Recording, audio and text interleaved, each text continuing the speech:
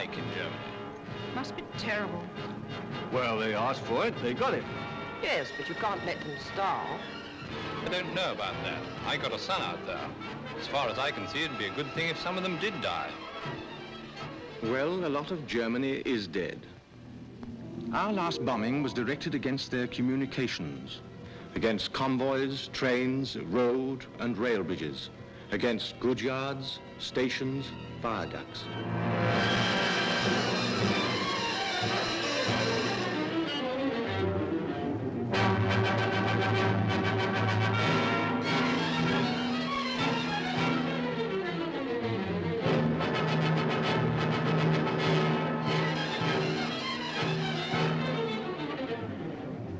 We not only smashed up the towns, but smashed up the links between the towns. And at the finish, life in Germany just ran down like a clock. Place and time meant nothing, because the people, the links between the people were smashed too. They were just left wandering, searching, looking for food, looking for their homes, looking for each other. Ich suche meine Frau. Ich suche meinen Mann. Ich suche Frieda Windler, geborene Jonoscheid, Königsberg. Ich suche meine Frau, Elfriede Schulz, und Tochter Christa. Achtung! Stalingrad-Kämpfer. Wer kennt den Sanitätsunteroffizier Heinz Kuhlmann? Feldpost Nummer... There are 70 million people in Germany, and about 30 million of them are looking for someone, or are lost and lie looking without seeing, like the eyes of a dead rabbit. They are still stunned by what hit them, stunned by the war they started. But in the search for food and the urge to get home, the life force is beginning to stir again. Today, our powers of destruction are terrifying, but the will to live is still stronger.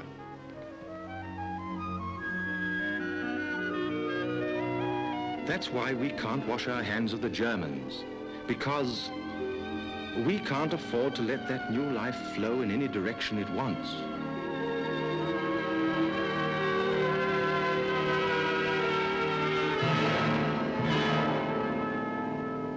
Our military government, that is, your husbands and sons, have to prod the Germans into putting their house in order. Why? We have an interest in Germany that is purely selfish. We cannot live next to a disease-ridden neighbor. And we must prevent not only starvation and epidemics, but also diseases of the mind, new brands of fascism from springing up. What is more, we have to persuade the Germans to do this themselves. First of all, the material patching up.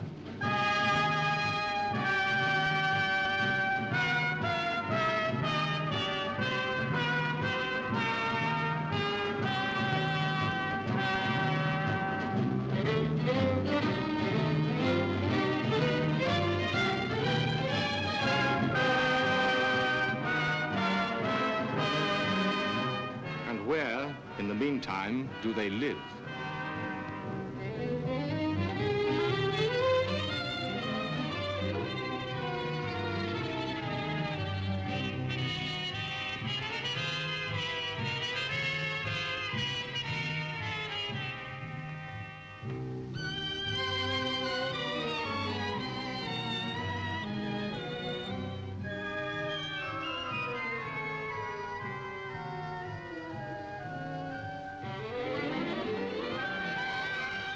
Yes, all looks lifeless.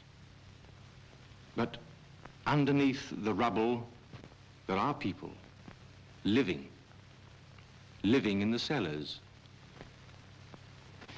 The smoke from the cooking stoves drips up from the ruins to the open third story where people are living too. Many in the big towns living without light, without coal, without water, without soap, living in the stench of corpses and sewerage, but still with the will to live.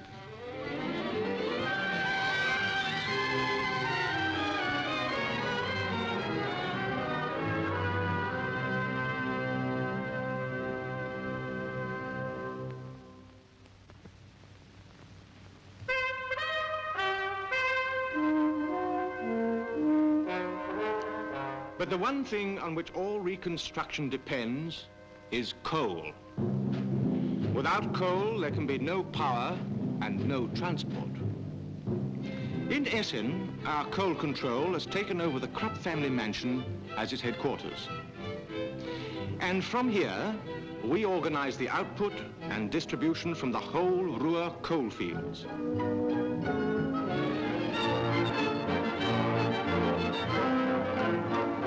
Last summer, what was called Operation Coal Scuttle brought 30,000 miners back from the Wehrmacht. But today, the great problem is moving the coal from the pithead to the liberated countries, to the German power plants and to the Allied military dumps.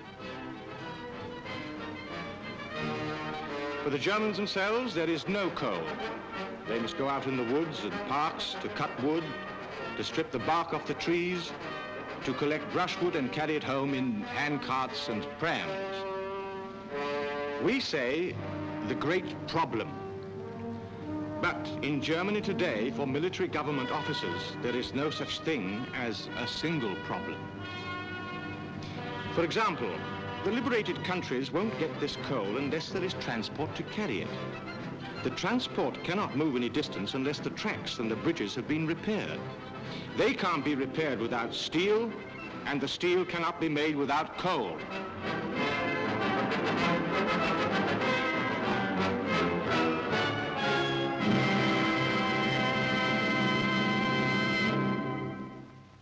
There are some 17 newspapers published in the British zone. They all carry advertisements asking for the whereabouts of relatives. At Hamburg, there is a British-run postal search station indexing inquiries coming in at the rate of 50,000 a day. But when someone contacts their relatives, they must get a permit before they can travel by train. Hordes of cyclists and pedestrians and horse-drawn trucks wait to cross the pontoon and Bailey bridges built by our engineers. Wait to cross after military government traffic. And all this has to be supervised by our sergeants and our MPs. Achtung! Achtung! Attention! Attention! Personenzug nach Hannover, 11:50 Uhr. Train now coming in is 11:50 for Hannover. Bahnsteig 7. Bielefeld, Minden, Hamm, Dortmund, 12:25 Uhr. Das Fahren auf den Puffern ist verboten. It is forbidden to ride on the buffers. Wagen mit der Zug hält. Wait until the train stops. Fahren auf den Puffern ist verboten. It is absolutely forbidden to ride on the buffers. Abfahrt Lüneburg und alle Stationen nach Kiel, 12:49 Uhr. The 12:49 train for Lüneburg and all stations to Kiel is allowed to leave.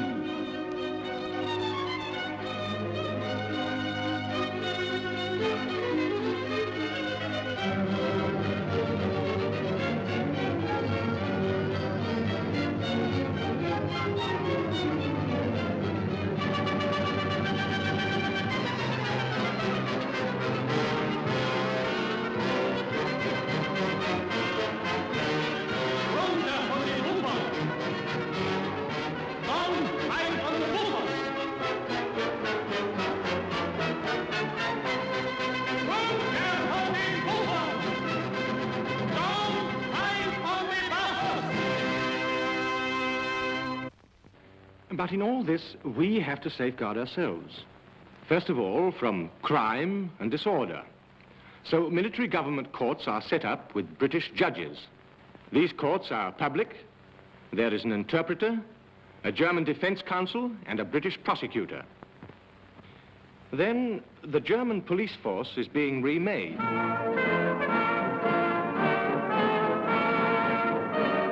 The new German policeman has to understand that he is the servant of the public and not its master. Then we have to safeguard ourselves from disease. The Germans are getting 1,000 to 1,200 calories a day, according to type of work. about half our rations. But we have a survey team in the field staffed by the Red Cross and the RAMC, checking the effect of these rations on the population. Tests are made of blood content, of blood pressure, of height and weight, and reports sent to the Control Commission for them to judge whether the food is just sufficient to keep Germany at work. But the greatest headache is education. You will never get Nazi ideas out of the heads of some of the adults, particularly those living away from the devastated areas. What about the children? For them, the desolated landscape provides a dream playground. The derelict weapons of war might have been specially designed to have games with. There are Germans who know this can't go on. That teachers must be found and themselves taught to teach the children that there are other things in life beyond Nazism and war. But again, the complexity of problems. The schools are in ruins, the teachers too few, the children too many. And as the months go by, the children are growing up and getting more like their fathers. We just cannot afford to leave them to stew in their own juice.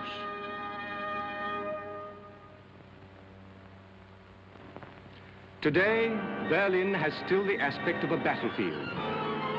The Reichstag, the seat of past German governments, has been gutted.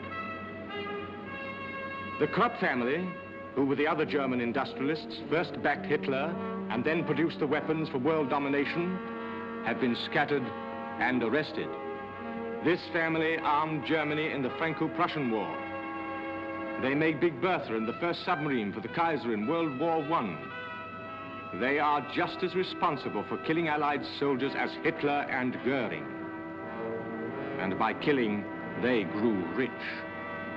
This time, their war plants have been left a mass of twisted girders. Look.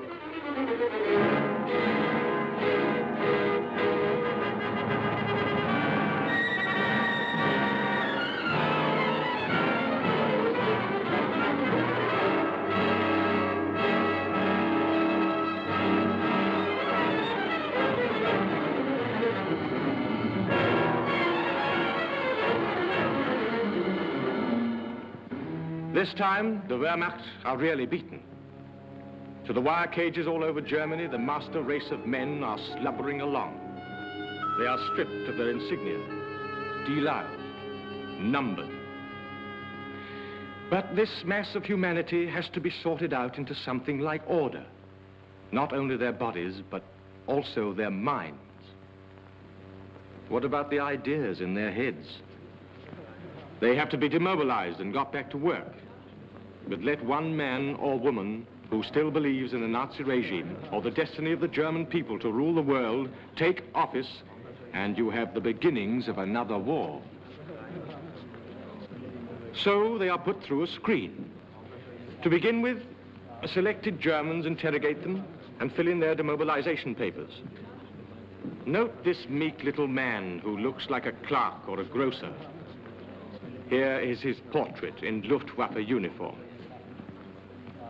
Then all their thumbprints are taken for record, and they are stripped and examined for the SS mark tattooed under the left armpit. Then their past history and character is examined by our intelligence officers, German-speaking ex-commandos and parachutists. The majority of Germans get through this close examination and are demobilized.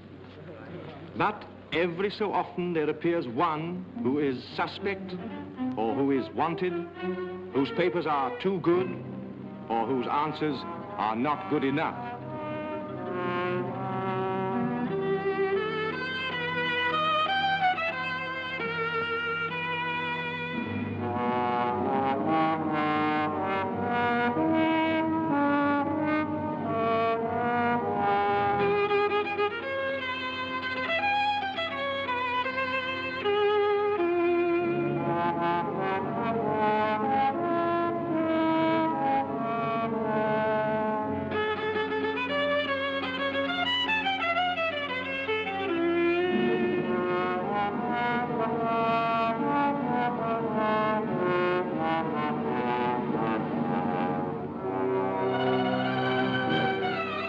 rejected, back to the cage.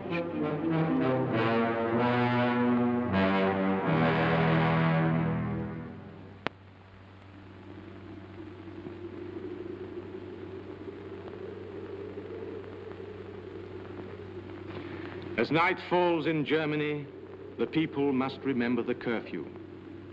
Those without homes or caught on the street disappear into the air raid shelters. Then the air raid siren wails again to remind them that they lost a war of their own making. To remind them that it is up to them to regain their self-respect as a nation and to learn to live in a friendly manner with their neighbors. To remind them that much as we hate it, we shall stay in Germany until we have real guarantees that the next generation will grow up a sane and Christian people. A Germany of light and life and freedom. A Germany that respects truth and tolerance and justice. Now, gentlemen, if you'll raise your right hands and take the oath with me. I swear by Almighty God Ich schwöre bei Gott dem Allmächtigen, that I will at all times dass ich die Gesetze jederzeit apply and administer the law without fear or favor zu niemandes Vorteil und zu niemandes Nachteil and with justice and equity to all persons mit Gerechtigkeit und Billigkeit gegenüber jedermann of whatever creed, race, color, or political opinion they may be. I will obey the laws of Germany.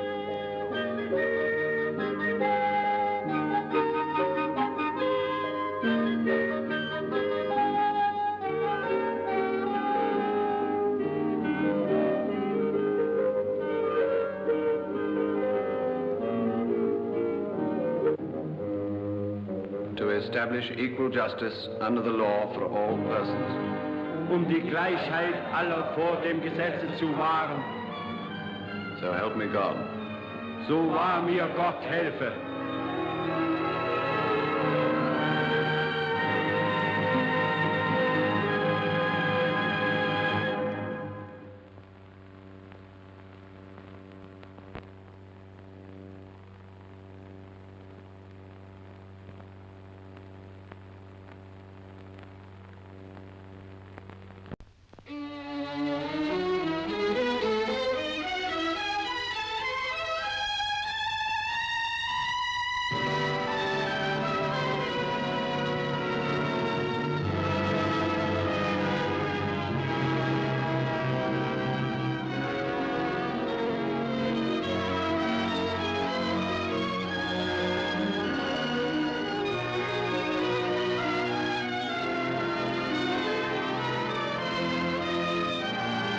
I got a son out there.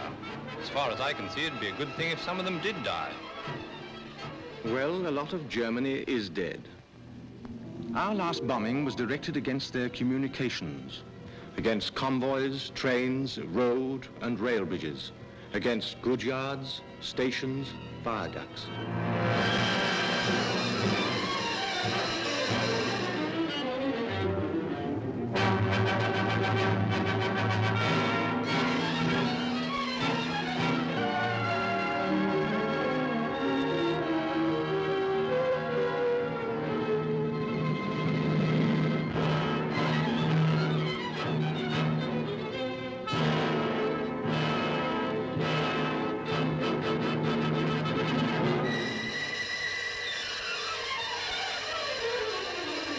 What's it like in Germany?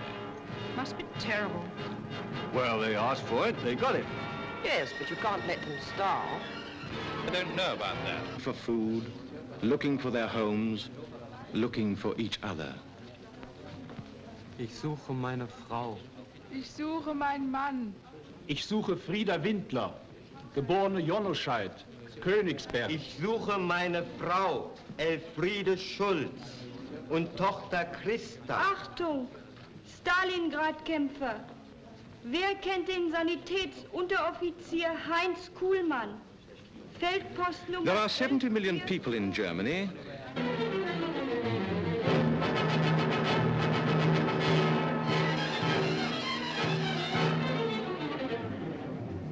We not only smashed up the towns, but smashed up the links between the towns. And at the finish, life in Germany just ran down like a clock. Place and time meant nothing, because the people, the links between the people were smashed too. They were just left wandering, searching, looking